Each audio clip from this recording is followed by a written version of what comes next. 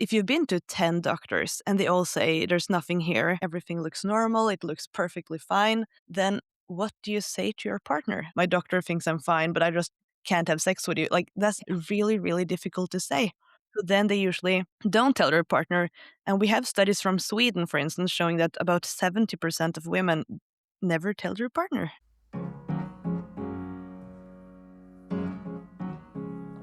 Could the way your partner responds to your pain, their words, their attitude, their actions in the moment, actually shape the pain itself? And what do ideals of masculinity have to do with why some partners respond in ways that quietly make it worse? My guest today is Linn Myrtveit-Stensrud, a clinical psychologist and researcher at UIT who has spent her career studying vulvodynia and relationships. We get into all of it, the criticism her work attracted when public, what happens to a couple when they have no name for what's wrong, the 3 ways partners respond to pain and why even the loving ones can backfire, and the conflicting ideals of masculinity sitting underneath it all. What I appreciated most is that Linn, a psychologist herself, is the first to name what psychology can and can't explain, and why the moment we call women's pain psychological, we stop looking for the biomedical answers that are actually there. This episode is filled with aha moments, and I know it will resonate with so many of you. Enjoy the episode. So Linn, welcome. I'm really, really glad to have you here. Thank you. You have a background in clinical psychology, and you've dedicated your research and your PhD to what vulvodynia does to the partner and the relationship. From my own experience and from talking to so many women in the same situation, I think the partner is often the only, or at least the witness who's the closest to see just how bad it can really be. And yet it's probably one of the least discussed topic within this field. And it's so exciting because your work changes that. And that's why I wanted you on the show. So why did you decide to dedicate your research to this? Like, what drew you to the partner really as the missing piece? Well, that's a big question. I'm not the first and only to study this, just to make that clear.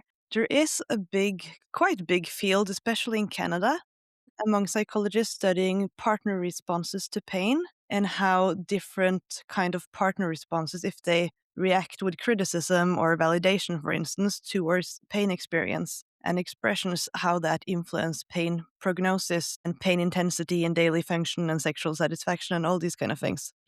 So it's not completely new, but for me personally, when I started studying psychology, I wanted to become a couples therapist. So my personal interest was relationships and couples. And then I went into the field of vulvodynia. So it was kind of that way. Yeah. I wanted to study vulvodynia, but I had this personal interest in couples and relationships. So I wanted to bring them together. So that was mostly based on personal interest from my side. But of course, I also saw that the partner, like, it means a lot. As you said, they're usually the only witness, the only one who really sees how it impacts the patient in her daily life. And also we know that the partner can play a very big role in treatment and the prognosis of the pain. And I think that's very underutilized because we know we have studies from mostly, most pain patients are women and most pain research is done on men. And we have a lot of studies on how the wives of men with chronic back pain, for instance, can influence the men's pain and work function. So we've had all these studies about how women can support their men. And now we've kind of turned it around and looked at how men can support their women in their pain. And what drew me to especially the qualitative parts, because I've done both quantitative statistical studies on these kind of partner responses and how they're linked to sexual and psychological health, for instance. And also the qualitative studies where we looked at how why male partners sometimes respond more or less constructively to the pain. Yeah, fascinating. I'm so excited Yeah, to... so we can get back to that.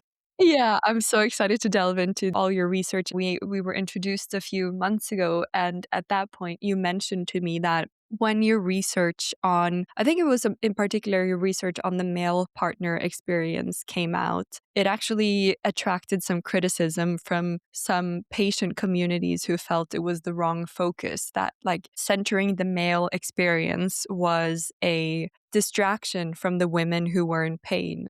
What's your view on that? And what does that reaction tell us about how we're currently thinking about these conditions? Yeah, that was very interesting and also very surprising to me Mm, because there are so few people in the field of vulvodynia. So I've kind of probably been expecting the whole time that I'm always grateful for other researchers, whatever they do, as long as it brings the field forward. mm, So I probably expected the same, that people will just think it's great that we get new research and get new funding and publicity.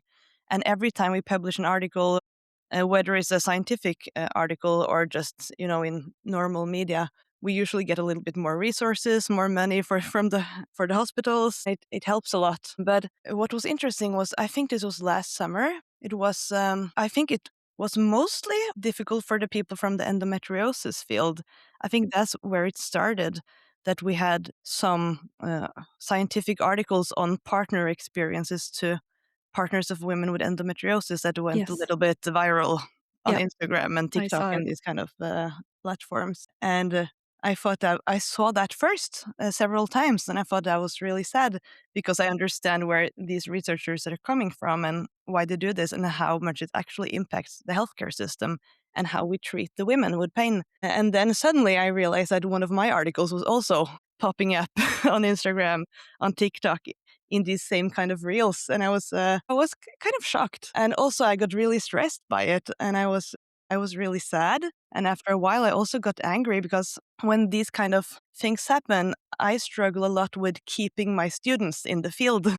So I've supervised a lot of master students, psychology students, who have written their like master thesis on these kind of subjects. And then when they see that you get a lot of criticism from going into this field, they leave the field and go into different fields. So Wow. a lot of them prefer then to research men's lower back pain because then you don't get criticized as much, Oof. which is really, really sad. So that's what makes me a little bit angry, that it's so counterproductive to the whole field. But I think it says a lot about how frustrated a lot of women are, how they haven't been taken seriously, and how little research we have and how underfunded it is. So there's a lot of anger, a lot of frustration, a lot of grief. And I think sometimes people just need to take that out on whoever is available. And sometimes that is people like me. Yeah. But I also think it's people who haven't understand why we do this, because as I tried to say earlier, we haven't looked into this because we feel so sorry for these partners.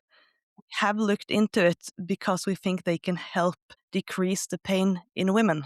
Mm, So it's all to help improve the healthcare for mm, women. It's mm. not really about the partners, if we're honest. I think it's helpful to start out with this to frame the research that you've been doing, because I think that reaction is really telling. I also completely agree with everything you say about it, kind of points to what I think is really prevalent within a lot of these communities. Is there's a lot of anger, a lot of grief, a lot of frustration, but to me it also illustrates exactly the gap your research is trying to close, because understanding what is happening to the partner isn't competing with the women's experience. It's actually, you could argue, kind of inseparable from it. Exactly.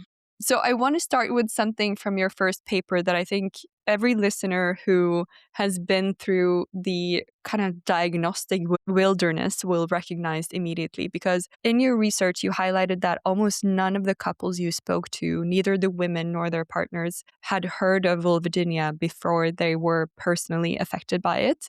So here you have these two people who are dealing with something painful and confusing and intimate, and they have no name for it. They're just kind of scrambling for explanations. And what did you find happens within that void? Yeah, that's a very good point. And I think that's also changed a little bit now because I went into this field 8.5 years ago, approximately. So it's almost a decade ago. And at that time, we didn't have podcasts. We didn't have many web pages. We had Reddit, which is where most of my participants got their information from. And that the advice they got there was just horribly bad. So It is a lot easier now to find information, and I think it takes probably now, on average, shorter time to get the correct diagnosis, and you find more information when you get it and know what to Google. But back then, and it's still, of course, the same problem that people haven't heard of it before they're diagnosed, probably. But back then, when I started, no one had heard of this. I also lectured for gynecologists who hadn't heard of this. So it was really unknown and this mysterious disorder that no one understood. And when you Googled it in Norwegian, you got you got one link to a Norwegian hospital that said that this pain is chronic. And the first problem there is that people think chronic means forever. In medicine, chronic means more than 3 months. You can have something for 4 months and it's chronic, but it's only 4 months of your life. Yeah. So that's a huge misunderstanding. So we try to maybe not say chronic, but long lasting or persistent or something different. And the other thing that it said on this webpage was that it was probably caused, I don't think it even said probably, I think it said it was caused by sexual abuse in childhood. Wow. And that was the general assumption when I came into this field and I talked to older gynecologists. They always said that these women had been sexually abused, and if they didn't remember it, then they had repressed it. And they were a lot of my patients come to me because they're a little bit traumatized by the healthcare system. So they have pain and they struggle with their partners and their relationships and dating. A lot of people also struggle with fertility and childbirth and fear of all of that.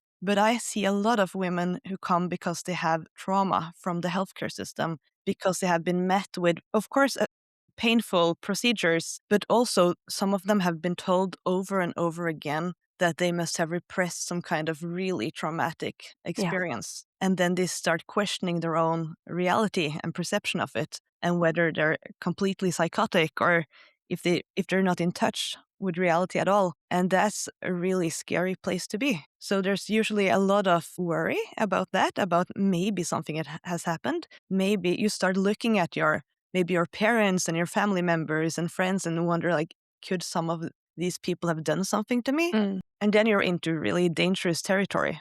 Mm. And just to be clear, like repressing, like when you experience trauma, you usually remember it very well. It's not at all common to repress it completely. Hmm. So if you don't remember anything like this happening, it probably hasn't. But a lot of people have been told this by doctors who don't really know psychology. So that was a big, big problem to begin with. And also, what I saw very clearly is that when the women didn't get any explanation, they were usually told something like, take a long hot bath, a couple of glasses of wine, let loose a little bit, go downtown, have a few drinks, sleep around. You'll probably just work itself out. And when you hear that over and over and over again, like many of these women have been to maybe 15 different doctors in search of a diagnosis, you never get an explanation. And you try all this poor advice and it gets worse and worse. And then they start thinking that it must be something inherently wrong with them and their perception of pain, their perception of reality, and something they had brought upon themselves. Mm. And I meet women who say that maybe I have this because I've had too many sexual partners. I have other women saying that maybe I have this because I've had too few sexual partners. Mm. So no matter what you've done or haven't done, people can blame it on themselves. You explain it so well, and I think this is one of the more quietly devastating but also completely resonating findings from your research, that kind of the lack of language doesn't just leave people confused, it leaves them reaching for like the most painful explanations available. And very often, and like to varying degrees, I see with people I talk to, there's some level of like, there's so much mystery around it that there has to be something intrinsically in me that caused this. And it's it's really painful. Yeah, and then you have the problem with telling your partner. Because if you've been to 10 doctors and they all say there's nothing here, like we've tested you for chlamydia again and you don't have it still, of course, and we don't find anything wrong, everything looks normal, it looks perfectly fine, then what do you say to your partner? Ideally, I think in a perfect world, you will go home to your partner and say, I don't know what this is, but, these kind of sexual activities hurt me. I feel pain with this and this and this. So can we please avoid those things and find some better alternatives? Mm. But this is also so stigmatized and so shameful. Mm. And if you think there's something really innately wrong with you, then you experience, that's the definition of shame, that there's Yeah. something wrong with me. Yeah. And then it's very difficult to say to a partner, especially my participants in my PhD, they were in their 20s. So a lot of them were in their first or second romantic relationship. They didn't have much previous relationship experience, didn't have much previous sexual experience, some of them. So they were also very unsure. And we know this, that in new relationships, and especially among young people, they don't really know what they want and what boundaries are okay to make. So you lean a lot more on all these social scripts and social norms about how you think your partner expects you to behave. Mm. That's also a big part of the problem that we can come back to, that we saw in both men and women. But these women then struggle with coming home to their partner and just saying, I can't have sex because there's something wrong with me. There's something in my head. Like, there's obviously nothing medically wrong. My doctor thinks I'm fine, but I just can't have sex with you. Like, that's really, really difficult to say. Yeah. So then they usually don't tell their partner. And we have studies from Sweden, for instance, showing that about 70% of women never tell their partner, Yeah. which is really, really sad. And in my study, all the partners had been told, otherwise they wouldn't have participated. But some of them had been told that, I've had pain for the last 4 months, maybe. And then the women told me that in reality, they had had pain for like 5 years, but they couldn't say that to their partner because then their partner would feel so horrible and Mm. broken. Mm. And I also saw that a lot of these men, or at least some of them, felt like when they were told that they had had sex with a partner that brought them pain without knowing it, then they felt like rapists and Mm. abusers and perpetrators, Mm. very involuntarily. But they also felt immense guilt and shame because of that. Yeah. Yeah. And I wanted to come to that actually because the title of, I think it's your first paper, is It's All My Fault. And what Yeah. I find so striking is that both sides have spoken to said this, right? Can you tell me a little bit about your findings there regarding this point around guilt and who's to blame? Yeah. What's was a little bit striking actually is that first we were wondering, me and my supervisors, whether this should be one article or two different ones. Could we get interesting results for like both people at the same time, or should it be divided because they would probably have so different experiences? But what we saw was that their experiences were actually strikingly similar in many ways, because they both struggled with understanding what this was, and they both felt ashamed of it. They both struggled with telling their social network about it. They both struggled with sexual intimacy and rejection, and they struggled a lot with this guilt, and they both blamed themselves. And a lot of the men I talked to, or a lot of, like, we don't have a lot of men, it's a small qualitative study, but most of them Hmm. said that it would have been so much better if they realized that it was a gene, or it was a virus or whatever, because then it wouldn't be their fault. Because now they could think that maybe they had done something wrong once, which gave her this pain. And especially the youngest men with the least sexual experience, they could tell me that, it was my first sexual relationship and experience. So I was probably so technically bad at Mm. having sex that I broke her. Mm. And that's also a horrible guilt to live with. Yeah, it was quite stark reading some of the cases that you brought forward in the research. You interviewed, as you mentioned to earlier, this one man who described the sex that retrospectively, when they realized what had been happening, felt rapey. As you Yeah. mentioned, like feeling like a rapist. That is a really big feeling to carry, and yeah, just really significant. Yeah, and when I lecture about this for students and medical professionals, I usually bring a case from him, actually, his couple, which I think is not in that article. But I talked first to the woman, and these were like 20, 21 years old, young, and it was their first sexual experience for both of them. Mm. And she said that I can't just, tell him about the pain and set boundaries for myself. Like, if I get pain during intercourse, I just have to continue, because if I don't continue, if I let him know that I'm in pain, then he will reject me, and he will pull out and, turn over in bed with his back to me, and I will feel so extremely rejected. And then I'm so ashamed because I feel like it's my fault and I'm broken and I've ruined this relationship and he doesn't like me and he will probably leave me. And I thought, "Oh, that's not a very nice partner you have." Mm.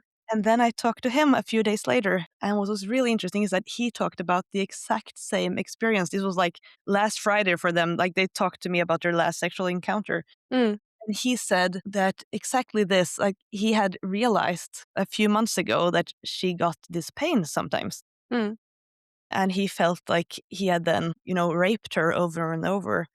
And when he realized that she was in pain if they had any kind of sexual activity, he got back into this like self-image of being a horrible abuser. And he felt so completely drowned in shame that he mm, just couldn't cope. So he just had to like get out of the situation and away from it. And he just couldn't regulate himself at all. So it was not about rejecting her. It was not about him being angry with her, which she thought he was. mm, But he was so ashamed and so angry with himself, and he felt so horrible. And he was absolutely sure that she would leave him. So they both had very similar experiences in many ways.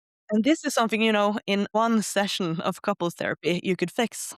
And that's also my hope that better communication, it doesn't take very much to improve this communication. And that would reduce so much of the expectations, the perceived expectations they have from each other. yeah, 100%. And that Swedish research that you referenced shows that 2 in 3 women with genitopelvic pain will never tell their partner. What does that secrecy actually drive women to do in relationships? Did you see any patterns in their actions in the face Yeah. of that secrecy? We see this is also something we look at in that article. We use these findings to discuss a new, quite new, it was new at the time, model for understanding the chronification of pelvic pain. Because originally, when these first psychological pain models came out, like 26 years ago, I think the first one, the fear avoidance model, that was based on men with back pain mostly, which states that when people experience pain, they will try to avoid that pain out of fear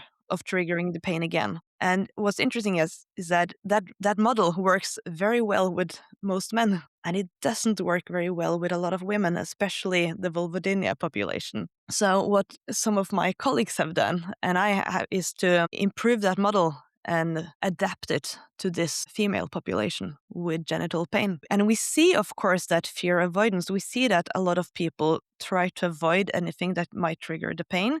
So in a relationship, that might look like withdrawal, not just from sexual activity, but we see the same as we see with decreased desire and arousal problems in women and men, of course, like they withdraw more and more from the partner because they're terrified that something like a hug or just, sitting next to each other watching a movie or flirting or kissing might be seen as an invitation to sexual intercourse. So they usually like take one step further back all the time. So they start with withdrawing from sexual foreplay and then they stop hugging and then they stop holding hands and it gets worse and worse. So that's a very vicious cycle in a lot of relationships. And we saw that. But what we also see a lot, which is the basis for this new model, is that we also see a lot of endurance behavior.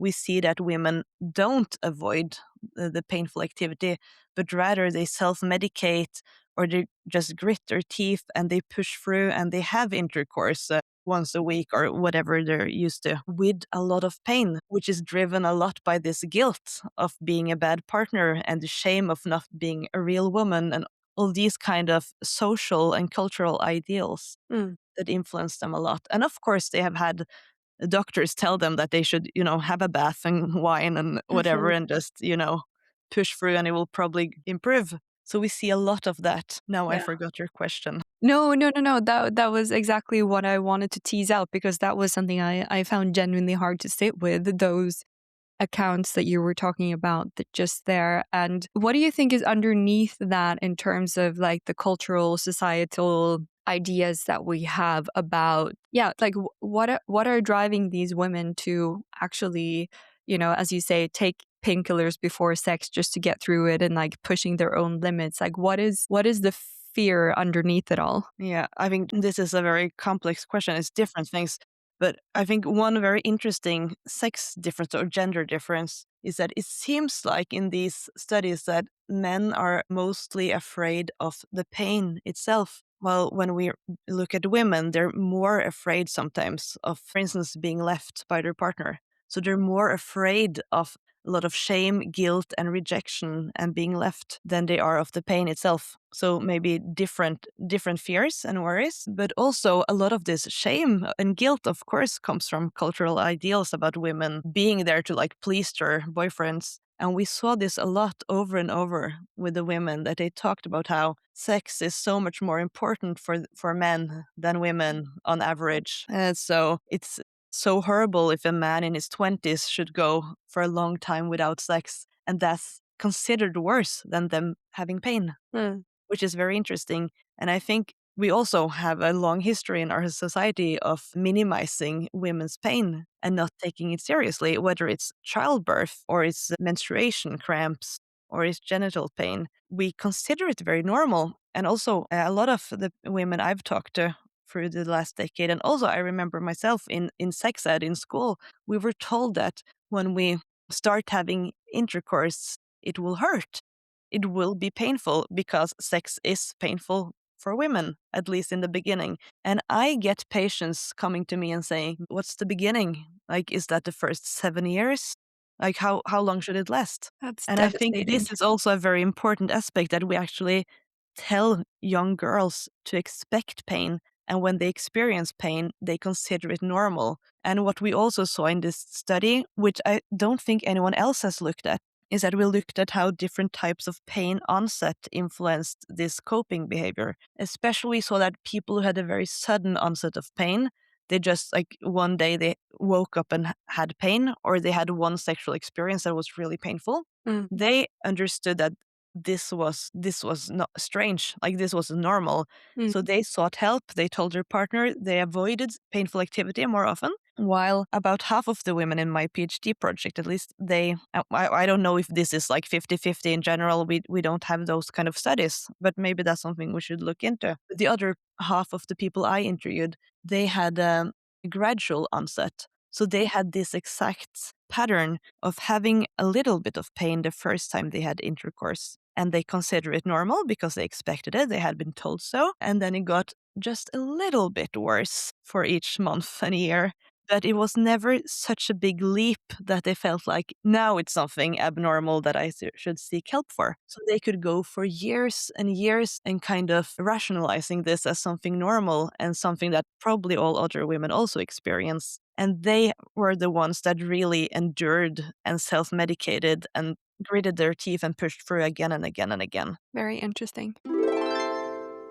And now, a word from the amazing partners who make this podcast possible. If you've ever had discomfort during penetration, especially right at the opening, the vestibule, you'll know how sensitive that area can be. And there's a reason for it. The vestibule is densely innervated, it's packed with more nerve endings than almost anywhere else, which is why I find Pelva so clever. Their Hydroslicks vaginal liner adds a soft cushioning layer at the vulva and vestibule during penetration, spreading the pressure out instead of concentrating it on those sensitive nerves. Think of it like a shoe sole for your vulva and vagina. For me personally, having that protective layer genuinely helped me start to feel safe and comfortable in that space again. And you know I will not shut up about ingredients, so I love that there are none of the funky ones in here. There's no fragrance, parabens, hormones, silicones, or glycerin, the stuff that tends to irritate if you have any sensitivity down there.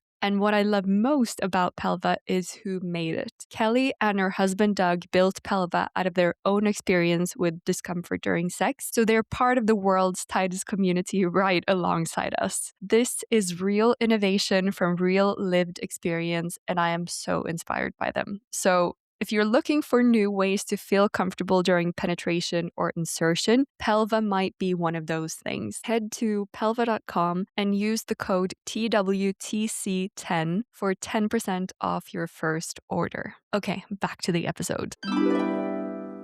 I want to spend some time on you've looked quite a lot into like masculine ideals and the interactions there when being in a partnership with a woman who's going through vulvodynia, because this was incredibly fascinating, I think, and it captures something that I hadn't really seen anyone talk about before. You found that these men were often caught between two conflicting ideals. Can you talk a little bit about that? Yeah, maybe I can first just say something about the background for that. Mhm.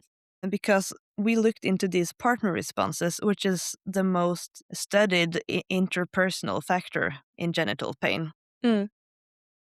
And we know that we divide it up into three different types of partner responses. And we know that those influence the woman's pain, Mm. their prognosis, their pain intensity, their depression and anxiety, and like just everything. And we have these negative responses, which is one type, where you, for instance, this is like how you respond to pain expression during sexual activity. So, for instance, like the first couple, you might, as a partner, just dismiss the pain, or you might even be so critical that you say, I'm so tired of you always being in pain. Like, can't you just take some ibuprofen and, act like a normal woman? Mm. Or like, if we don't have sex at least twice a week, like, I will leave. Those kind of responses. We know that those increase pain, they increase depression, they reduce relationship satisfaction, not very surprisingly.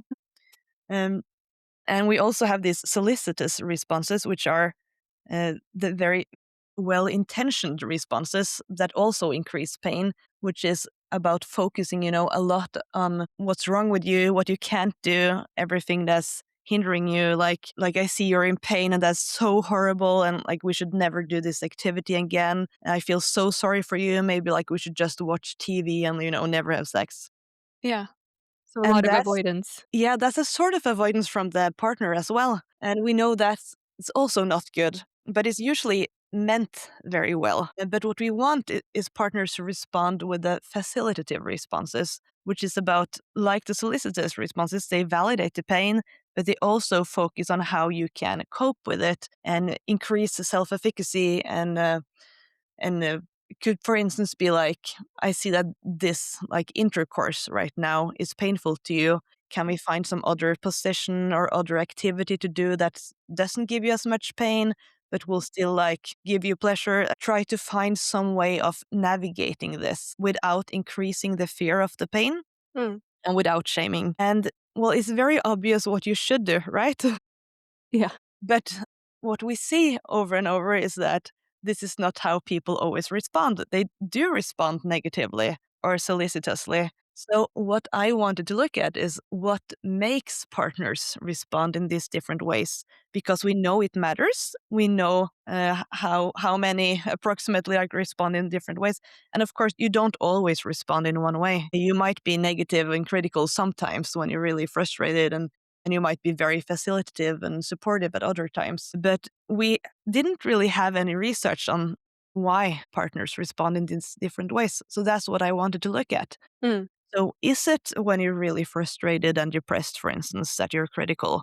Or what is it that makes you kind of tick and respond in these less constructive ways? And also, very importantly, what makes you respond in constructive ways? Because we know that involving partners in treatment improves the prognosis for women. So we want partners to get involved, but we need to know exactly what to say to them and also meet them where they are. So what do they struggle with and what do they need to learn? And we know that validation can be learned, but can we teach people how to be better partners for Mm. their girlfriends? So that was the motivation behind this. And then one of the things we saw was that some of the factors behind some of these less constructive responses could be very big conflicts between different ideals that they tried to live up to at the same time. Mm. And one of the most surprising things, I think, for me was that I also came into this and expected a lot of the men to be very sexually frustrated because Mm. they couldn't have as much sex as they wanted in the way that they preferred.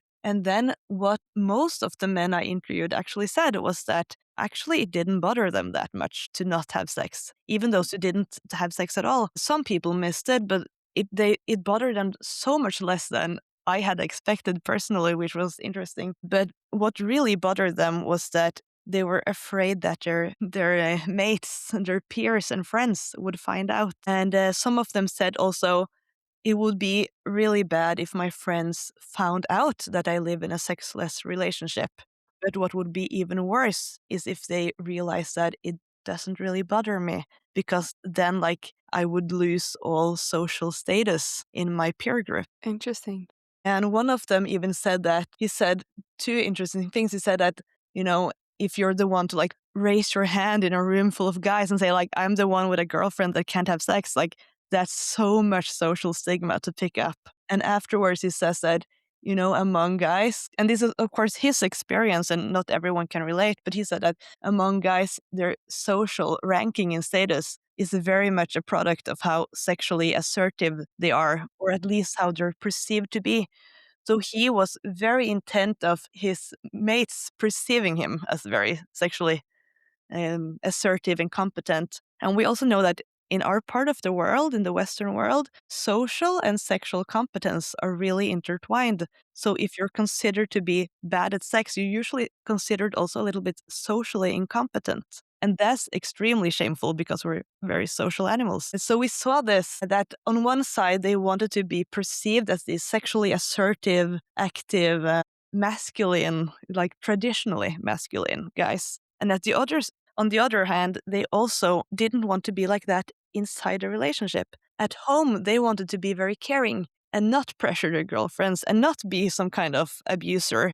And these ideals came a little bit in conflict. So they tried to separate them and be caring at home and not be perceived as the same Mm, kind of masculine man mm. outside the home. So But that's the short version. it's incredibly fascinating, and so I think you've touched on some points that I didn't manage to pick up on in the paper. So much more complexity, and This it is kind of really complex. Everything with gender and society yeah, is really complex. So it's hard to get even in a paper, you know, because yeah. you have a word count. Exactly. But I think it's such an important point because as we were talking about in the beginning, there is so much that kind of rests on the partner when you're dealing with vulvodynia in a relationship because like as we talked about, it's often that person that sees just the extent of how much it affects the woman. I mean, again, I don't want to play down how difficult it is for the woman going through the actual pain, but there's a lot of responsibility to kind of get it right. And I kept thinking about, I'm not sure if it's Esther Perel. In any case, I think she's the one I've heard talk about how we often in relationships demand our partner to play a lot of different roles, like, you know, best friends, lover, confidant. The whole It's village. yeah, and it came up for me because I feel like this point that you're bringing up around these two quite incompatible ideals of, on the one hand, wanting to be this caring, supportive partner, to step back, to not put too much pressure on, or to protect your partner from any more pain, can be in conflict with the culture that they're living inside of, which told them that, you know, the ideal man initiates sex, is always ready for sex, is like sexually confident. And I thought that was really, really interesting. Yeah. And of course, a very important part of this is that this hurts men as much as women. Like, of course, I think it's better still to be the partner than to be the one Yeah. with the actual pain. But these cultural ideals make it very difficult for both parts. And what we also saw was that since a lot of these couples didn't, I think most, especially young couples and new couples, they don't communicate very Mm, well and very clearly mm, about what they actually want and what they need because you're so vulnerable in a new relationship and you don't want to be perceived as difficult or like abnormal in any way. So you try to fit into this box, which is quite narrow for how you should behave as a man and as a woman. And we saw that both partners would think that the other one expected things from them that mm, they actually didn't, mm, but they never communicated about this. So they just mm, kept, some of the couple just, you know, kept having sex twice a week because they mm, both thought the other one expected it and none of them wanted it. mm. So Yeah, it it's hinders communication so much that we have all these ideals that feel ashamed for breaking. yeah. And it's interesting. I'm just reflecting of my own experience of this that even though me and my partner have, I would say, very good communication, I can still feel that, you know, some of the things he says that maybe conflicts with what I think is the way every man would think or what they would expect or whatever, like all these assumptions that I have. Sometimes I can't even trust that what he is saying, which is contradicting with what I believe, is actually true, that he's just like saying it to, make me feel better or like reassure me. But so it's really interesting how deep these implicit beliefs can just permeate within us. Yeah, and I can also completely recognize that from own personal experience. And I think that's also what you said, that this is so internalized and is implicit, and we're not aware of it a lot of the time. We just take it for granted. And that's probably also why we never talk about it. And also, when it comes to our sex lives, we usually don't discuss it with other friends and family. So it's a part of our lives that is kind of in a black box, and we don't know what the neighbors are doing. Yeah. And we have all these headlines, from the very tabloid media, that Mm. like a couple should have sex twice a week, and then like you think you really should. And now people are looking into like that sound, like for me who works with couples, also couples without vulvodynia, that doesn't really sound very realistic. Like I Mm. don't know who these couples are. Like I don't meet those. So, and I know that some researchers have now looked into the selection bias in these studies. So it's probably a lot lower than that. But everyone has heard these headlines and seen them, so they think that's what I should be able to do. Yeah. And they Yeah. pressure themselves to that Yeah. because you don't want to be different and you don't want to be wrong. Yeah. And we spent quite a lot of time on kind of the patterns that you've found throughout your research, which I think those are hugely validating for a lot of listeners just to have them named.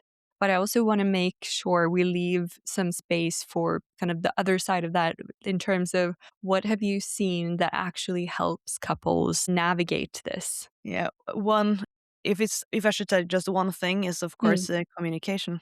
Mm. Because if I've had couples come in for just one session, and if they both state these things out loud, they Mm. might realize that none of us wants to do what we're doing. Mm. So let's just not do that. We want this instead. And they might be completely aligned if they're lucky. And a lot of these couples actually are. So they have been driven to do a lot of things that they don't like just because of these ideals and expectations from society and not from each other. So just stating these things out loud and communicating openly about them can help a lot. And of course, I think if you're the woman with pain, you need to communicate about the pain. And what we also saw with a lot of the men was that they started distrusting their partners because they were told about the pain after a long time, most of them. So they had experienced that their partners had kind of hid their pain, and they felt a little bit deceived and lied to.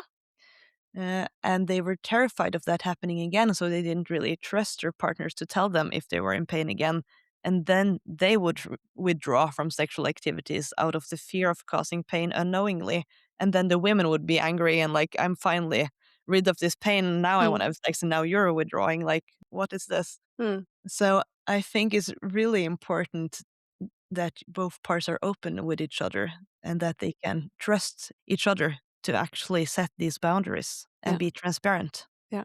And that's, of course, very difficult when you feel extremely ashamed of that. So, this is not like a quick fix. It's not like just do this from today and everything will be fine. Like, this is difficult, but I think that's what we have to work towards, more open communication. Yeah, and also, I think it's very worth mentioning that none of the women I talked to felt like this pain was worth it in any way, but they could see that it had come some positive things out of it, like improved communication and an expanded sexual repertoire, and like Mm.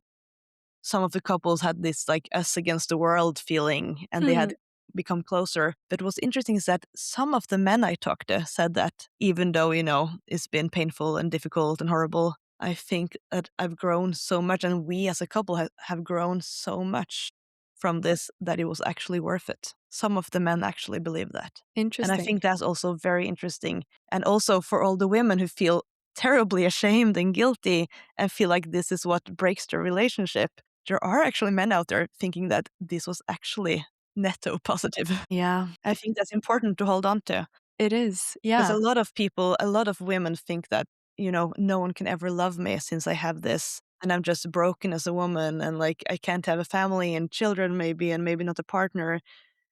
And you definitely can. I meet a lot of couples who have lived with this for many, many years, even for decades, and who have families and children, and they are very content and happy in their lives.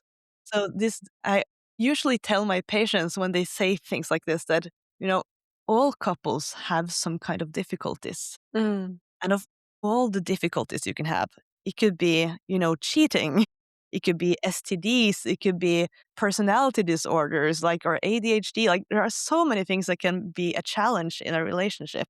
And of all those things, I really don't think this is the worst. Huh.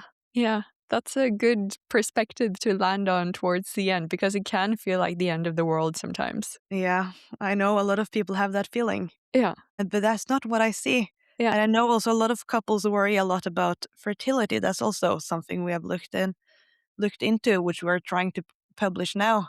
See how people experience, conception and pregnancy and childbirth and the pain afterwards. And we also see that, if you are able to get to a point where you're able to have intercourse, you're just as fertile as everyone else. You don't struggle more with getting pregnant, and childbirth seems to be very similar whether you Mm. have this pain from before or not, because it's a very different kind of pain, and it's also much shorter. It's not this endless persistent pain that you don't understand. It's something very concrete and Yeah. short-lived. So a lot of people have very positive experiences with that, which I think is good to add.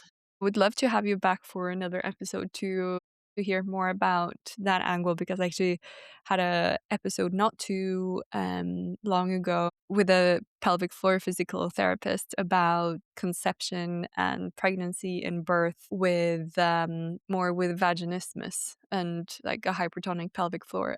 And I remember we talked about it briefly when we first met that I hear this from so many people that they sometimes have these like comments from often healthcare practitioners who are like, maybe your vulvodynia will just go away when you get pregnant or give birth. And if I remember you correctly, there isn't really too much research on this There are a lot topic of to, myths around this, yeah, definitely. yeah, yeah. So I think it's an interesting topic. Yeah, me But too. I've just yeah. followed my own life course. When I was in my 20s, I studied relationships in my 20s. And now that I'm pregnant, I'm studying, childbirth. And then, like, I'm just starting a project where we're looking at these symptoms and the role these kind of pelvic pains play in menopause and later. It's like I'm just doing the life perspective, Yeah, yeah. following my own age. Yeah, but Lynn, as a final question, and I ask this of everyone I speak to who is doing work like yours, what makes you hopeful about the way we are beginning to understand these conditions, about where the research is going, or about how we treat these conditions? Like, it doesn't have to be from your area of expertise, which is psychology, but just in general. Yeah, I think there are actually many things that make me optimistic for Mm, this field. One of them is that, we finally get some funding and mm, research money to do this research, which is so desperately needed. And here in Norway, we have recently gotten like a lot of money to do some research on pelvic pain, which is the project I'm a part of right now. And that's the first time I think that the Norwegian Research Council actually gave like really a lot of money for this field. And we also have more vulvar clinics. We have more places where you can go as a patient to get diagnosed. We still struggle a little bit with the treatment side. Like we're getting quite good now at diagnosing, and then still the treatment lacks a little bit. Like you have to mm, pay for it yourself usually, and it's mostly private. So there are still lots of challenges, but it is a lot more competence around this now among doctors and pelvic floor physical therapists, and I think also more and more psychologists are looking into this. And I think one of the things that really made me hopeful was actually some of your previous episodes. You talk about with especially like Andrew Goldstein and Jill Kropf. mm. Always unsure about the pronunciation of those names, but Yeah, I hear that a lot. yeah, but like follow them from afar for many years, and I think that research, I think a big challenge in the whole, especially women's chronic pain field, is that we tend to put psychological explanations on it. Mm, And when we say that something is psychological or psychosomatic or whatever you call it, you could mm, call it hysteria if you want, it's all the same. Then we stop searching for the biomedical answers, which are there. I really believe that. And I think it's so great that these two doctors, like, they have found some of these better explanations and root causes. And I'm so grateful that some of the people who can actually go into that field, which I don't really understand at all, I'm Mm, so grateful that they do that, mm, because it's so important for all these people I meet also to not blame themselves, to have a clear cause and know that it is because of, if it's mast cells or it's muscular or hormonal or whatever it is, that you get a clear cause. And especially if you can also treat it, but just knowing the cause helps a lot. And I think it's also very hopeful to me that when I started, we didn't have a patient organization here in Norway for these patients. And now we do. They are working politically and they're trying to change the system. And they also help people like me as researchers to recruit participants. So it's much easier for us to actually do the research in shorter time. mm. Then we can do more research and better research. So I think especially those two things, having these patient organizations and user representatives that are easily available, that we can collaborate with. And also I think I'm very interested in the biomedical part of this research as well. I think that's Mm. really important that we still keep looking for those kind of treatments. Yeah, that's really exciting to hear from you as well with your background in clinical psychology. I know better than Focus most on that. people how much we can't explain with psychology. But still, very, very important work that you're doing. So thank you for your contributions to this field, and thank you for coming on this podcast. I just think you're absolutely brilliant, and I would love to have you back on the podcast to talk for several more hours. Thank you for inviting me and for actually reading the research and discussing. I think is really, it gives me a lot too. How can people work with you? You're based in Norway. Do you take on clients at the moment, or? I still do for a couple more weeks, and Yeah. then I'm going on maternity leave. But when I get back from maternity leave, I will start recruiting research participants. So if there are any Norwegian women out there from 18 to 100 years old who have lived with any kind of pelvic pain who are interested, please participate and get in touch. Thank you so much for coming on, Linn. It was such a pleasure. Thank you. If this conversation meant something to you, please do 3 things for me. Follow the podcast, leave a rating and a review. That's how this work reaches the people who've been waiting for it. And if you'd like to support the podcast directly and help keep it free for everyone, you can do that through the link in the show notes. We're running a bit of a campaign right now where anyone who becomes a monthly contributor to the world's tightest community gets some really cool founding member merch. So do go check that out. And thank you so much for listening. I will see you next week.